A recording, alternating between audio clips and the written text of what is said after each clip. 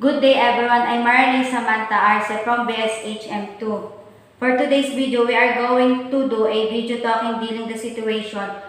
An executive housekeeper manage the priorities and establish and implements operating procedures and standards. A priority list of action that would be completed before opening a hotel. Interviewing the permanent executive housekeeper should begin approximately 1 year in advance of opening. By 8 months before the opening day, the housekeeper should be fully involved in the operation. A few points should be borne in mind and discussed.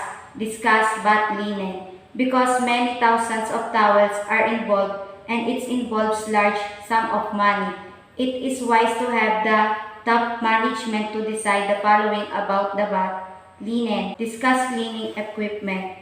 Another large investment is in the heavy-duty floor machines, so plan to have top management actually in one of demonstration of these machines. Punch list.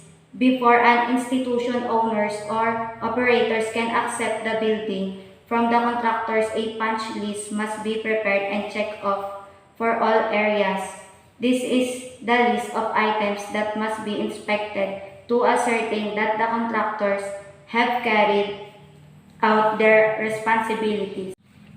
It is up to the executive housekeeper to prepare such a list for his or her department. Linen rooms, sewing room, guest room supplies. These individual items may seem trivial at 8.3 months before opening when major construction still is not completed. Design forms to be printed. Some of the forms which should be set up ahead of times to be ready for the opening of the hotel include attendance record, supervisor's report of accidents, lost and found records, and security sheets used as AM and PM maids reports, housemen's vacuuming instructions sheets, and supervisor's check sheets.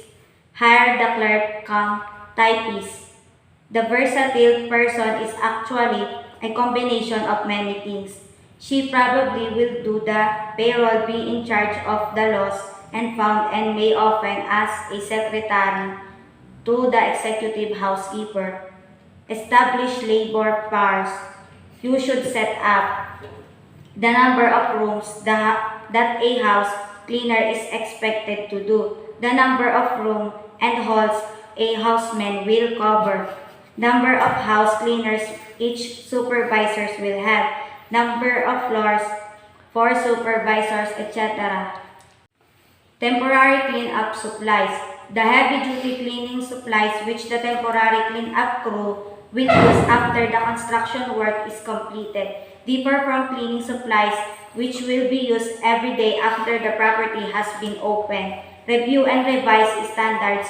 Radical change if plans may have to be made due to delays in deliveries of equipments and furnishing. Check furnishing punch list. The rooms division is usually responsible for making up the rooms furnishing punch listed based on conference with the interior designer firm. Interview employees.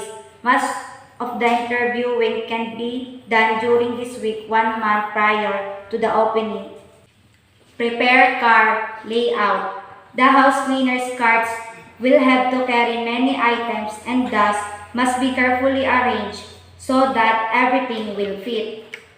As a executive housekeeper, I would modify the list event if the operation is in progress because I can direct and control all the operations within the hotel. The division of work documents should also be sent to other departments of hotel so that they could also develop an understanding about the functioning of the housekeeping, which will contribute in making coordination with the housekeeping department easier. For keeping the venue clean and sanitary as part of customer service as relation to area responsibility plan.